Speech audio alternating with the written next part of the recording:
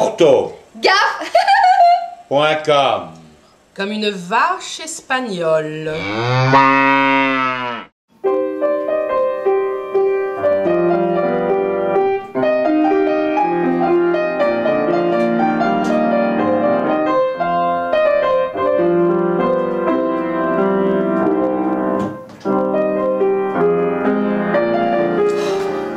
Vous croyez vraiment que ce soit une bonne idée?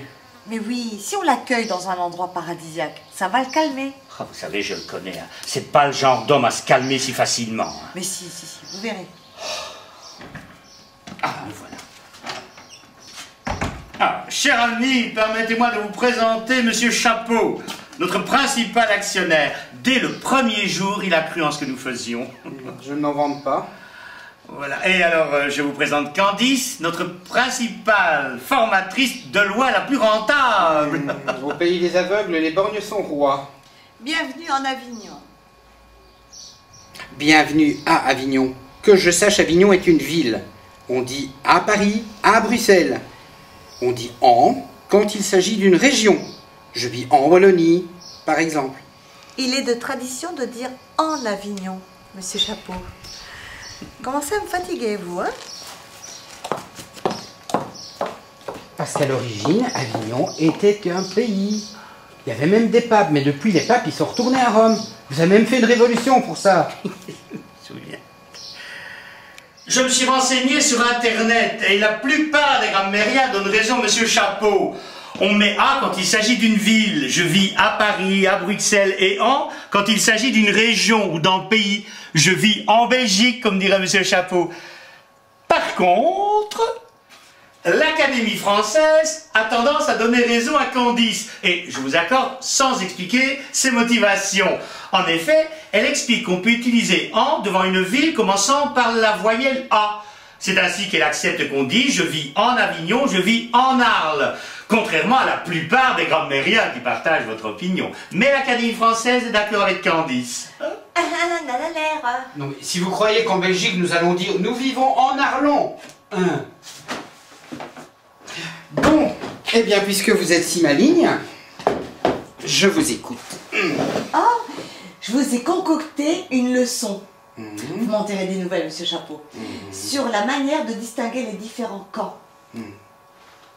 C'est moi qui décide. Mémoire visuelle. Pardon?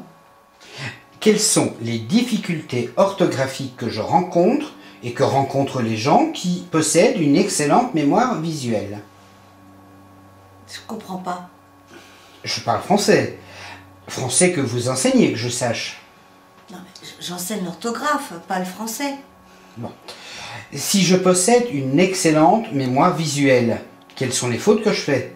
Des fautes d'orthographe? J'ai une très bonne mémoire visuelle. Et lorsque j'hésite entre deux orthographes, eh bien, j'écris les deux mots pour voir laquelle des deux orthographes ne me fait pas mal aux yeux. Par exemple, le mot apercevoir. Je l'écris une fois avec un P, une fois avec deux P, et puis quand je regarde les deux mots, je m'aperçois qu'apercevoir avec un P est correct, puisqu'il me fait pas mal aux yeux. C'est intéressant. Quand est-ce que cela ne fonctionne pas? Eh bien, quand les deux s'écrivent ce et ce. Ou j'irai. Vous me conseillez donc de surveiller l'orthographe de ces mots? Oui, bien sûr. Ah oui, et Candice va même jusqu'à conseiller aux stagiaires qui possèdent une bonne mémoire visuelle de répertorier ces mots afin qu'ils ne les ennuient pas. Ah oui, évidemment. Et elle agit de même pour les orthographes majoritaires. Ah, et j'ai toujours soutenu la majorité.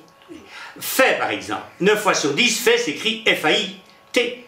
Mais les meubles que j'ai faits, c'est F-A-I-T-S. Or, ce F-A-I-T-S, si vous possédez une bonne mémoire visuelle, il va vous gêner. Eh bien, Candice invite ses stagiaires à répertorier ces accords dont l'orthographe gêne la mémoire visuelle, tout simplement parce qu'ils sont rares. Ah oui, ça c'est sûr.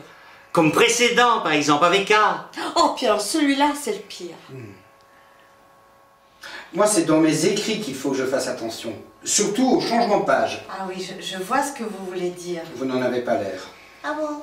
Si, parce que quand vous écrivez un livre ou un document de plusieurs pages, eh bien, quand on relit, on a tendance à être distrait au changement de page. Oui, regardez, je vous montre. Je viens de terminer ce livre et je le relis. Alors, vous voyez, bon, je suis en train de relire tranquillement, et alors quelqu'un me dérange. Alors, je l'arrête de la main. Mais quand j'arrive à la fin de la page, à ce moment-là, au moment où je tourne, je dis « Attends, j'arrive, hein. Non, il n'y a pas de problème, je suis là dans 3 minutes. Non, mais j'arrive, je termine ma lecture. J'arrive tout de suite. » Et alors, à ce moment-là, quand je reviens, le mot que je vois, s'il ne me fait pas mal aux yeux, eh ben, j'estime qu'il est bon. Mais c'est peut-être une énorme faute d'accord, parce que j'ai oublié ce qui précédait. Voilà pourquoi les gens, et surtout les gens qui ont une bonne mémoire visuelle, font des fautes au début de page. Excusez-moi, mais qui donne le cours actuellement? Ah, c'est moi. C'est moi. Bon, alors, que conseillez-vous à ces gens? D'aller voir un psy. Oui, ou de relire à part toutes les phrases qui chevauchent les pages. Ah oui, aussi. J'ai un autre problème. De temps en temps, quand je mets 2 orthographes différentes l'une à côté de l'autre, plus je les lis, et moins je vois la bonne orthographe. Mais c'est parce que vous êtes stressé. Mais oui, monsieur Chapeau, c'est l'adrénaline. Quand vous êtes stressé, vous avez une montée d'adrénaline. Et là, votre cerveau, il est en surchauffe. Et comme votre point fort, c'est votre mémoire visuelle, eh bien, votre cerveau, il enregistre la mauvaise orthographe. Oui.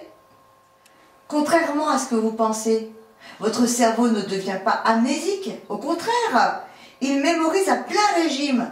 Et il fonctionne trop bien. Excellent, hein? À l'adrénaline, je suis incollable.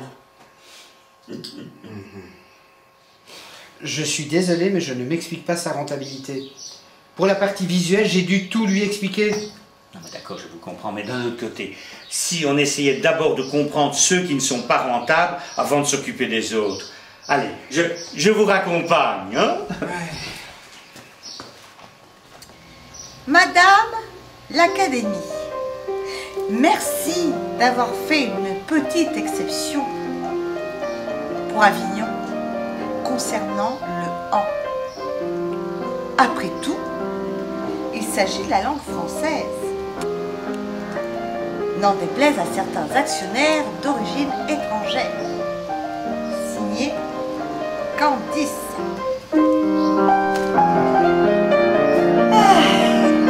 Qu'est-ce qu'on est bien.